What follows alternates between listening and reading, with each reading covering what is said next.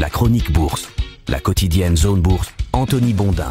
Bonjour tout le monde, bienvenue dans ce point de marché Zone Bourse. Nous sommes le mardi 19 août 2025 et le titre du jour c'est des promesses dans la torpeur haussienne. Le sommet Trump-Zelensky-UE a peut-être accouché d'une souris, ou peut-être pas d'ailleurs. Les marchés qui ont l'air un petit peu attentistes dans l'attente du prochain rebondissement retiennent leur souffle désormais avant le symposium de Jackson Hole. La pression va donc doucement se déplacer sur Jérôme Powell qui commence à en avoir l'habitude puisqu'une partie de l'équipe en place à la Maison Blanche lui veut du mal tandis que l'autre partie ne lui veut pas de bien. Alors est-ce l'approche du mois de septembre dont la mauvaise réputation boursière n'est plus à démontrer? Eh bien en tout cas les investisseurs ont commencé à adopter une position un peu plus attentiste ces derniers jours. Hier par exemple le marché américain a stagné, moins 0,01% pour le S&P 500. Du côté du marché européen on a grappillé un petit peu de terrain, plus 0,08% pour le Stoxx Europe 600. On a eu quand même de fortes disparités locales. Le CAC 40 français a par exemple reculé de 0,5% et le FTSE 600 britannique a gagné 0,2%.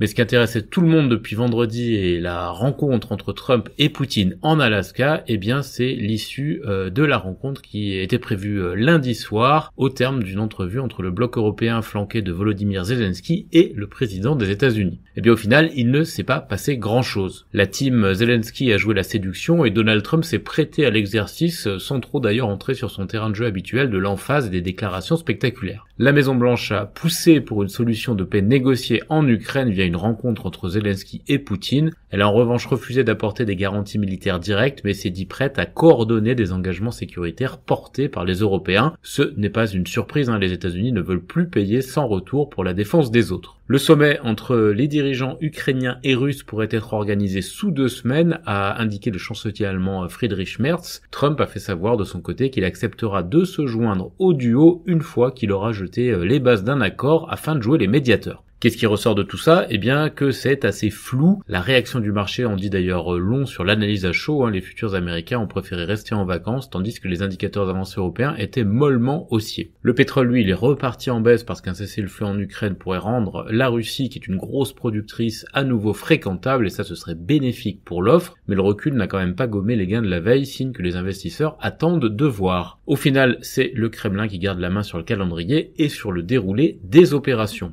Sur la plateforme de Paris Polymarket, qui permet de prendre le pouls du sentiment de la rue, la probabilité d'un cessez-le-feu en Ukraine est passée de 35 à 39% d'ici la fin de l'année et de 45 à 51% d'ici le 31 mars 2026. Là aussi, on constate un certain scepticisme. De toute façon, tant que Zelensky et Poutine n'ont pas inscrit leur rencontre dans le marbre, les marchés n'ont pas de raison de réagir davantage. Et en géopolitique plus qu'ailleurs, les promesses n'engagent en effet que ceux qui les écoutent. L'attention des investisseurs va donc rapidement se reporter sur la politique monétaire alors que la date du symposium de Jackson Hole se rapproche. Le sommet annuel des banquiers centraux démarre jeudi, mais c'est la journée de vendredi qui a été cerclée de rouge avec un discours très attendu de Jérôme Powell, le président de la Fed. Les financiers espèrent qu'il sera question de la stratégie d'évolution des taux de la Banque centrale américaine. Ils souhaitent vivement que le discours corrobore leurs espoirs de plusieurs assouplissements d'ici la fin de l'année. Les contrats à terme intègrent actuellement 2 baisses en 2025, mais l'expérience récente montre que c'est une prophétie à géométrie variable qui est très sensible aux statistiques macro qui tomberont d'ici la mi-septembre. En tout cas, Jackson Hole, ce sera une fois de plus l'occasion de voir si Powell maîtrise toujours l'art délicat du banquier central, tout suggéré sans rien dire réellement. Le reste de l'actu du jour est dominé par la confirmation par S&P de la notation souveraine AA+ des États-Unis qui est assortie d'une perspective stable. C'est un bon point pour la Maison Blanche puisque l'agence estime que les droits de douane additionnels et la loi fiscale de l'administration Trump sont un jeu à somme presque nulle.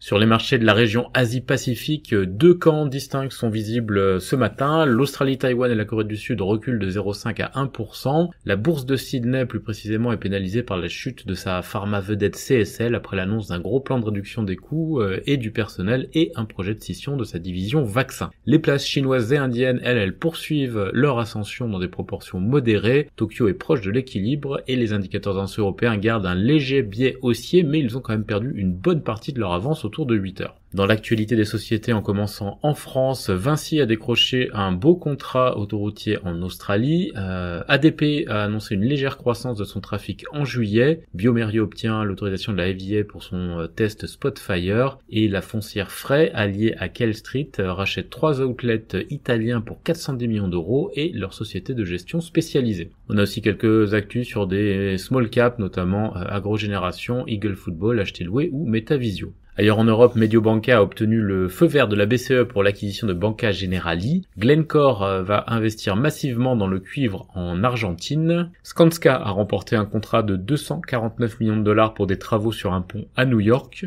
Moody's a placé sous revue pour un relèvement la note B3 de Peach Property. Doc Morris enregistre une perte accrue au S1. Basilea affiche un bénéfice net en baisse au premier semestre, mais son chiffre d'affaires augmente et la BCGE ralentit par les taux d'intérêt au premier semestre. Parmi les autres publications du jour en Europe, on a Coloplast et Investment AB Latour. En Amérique du Nord, la Maison Blanche envisagerait de prendre une participation de 10% dans Intel selon Bloomberg et par ailleurs SoftBank va acquérir pour 2 milliards de dollars d'actions Intel. Le Royaume-Uni a accepté de renoncer à l'obligation d'instaurer une porte dérobée sur les produits Apple. Palo Alto gagnait 5% hors séance après ses trimestriels. Tesla lance sa modèle YL en Chine à partir d'environ 47 200 $. Et The Hershey nomme Huang Maria Krause au poste de présidente. On a quelques publications intéressantes aux États-Unis aujourd'hui. Home Depot, Medtronic, Keysight, Viking Holdings, Hammer Sports, Xpeng ou encore Toll Brothers. Dans le reste du monde, BHP a augmenté son bénéfice grâce à la demande chinoise de cuivre. CSL va donc licencier jusqu'à 15% de ses effectifs et céder sa division vaccin. Woodside affiche une baisse de 24% de son bénéfice au S1 en raison de la baisse des prix et des coûts d'amortissement. La société sud-africaine MTN fait l'objet d'une enquête américaine concernant ses activités en Afghanistan. Fujitsu signe un accord de licence avec Palantir et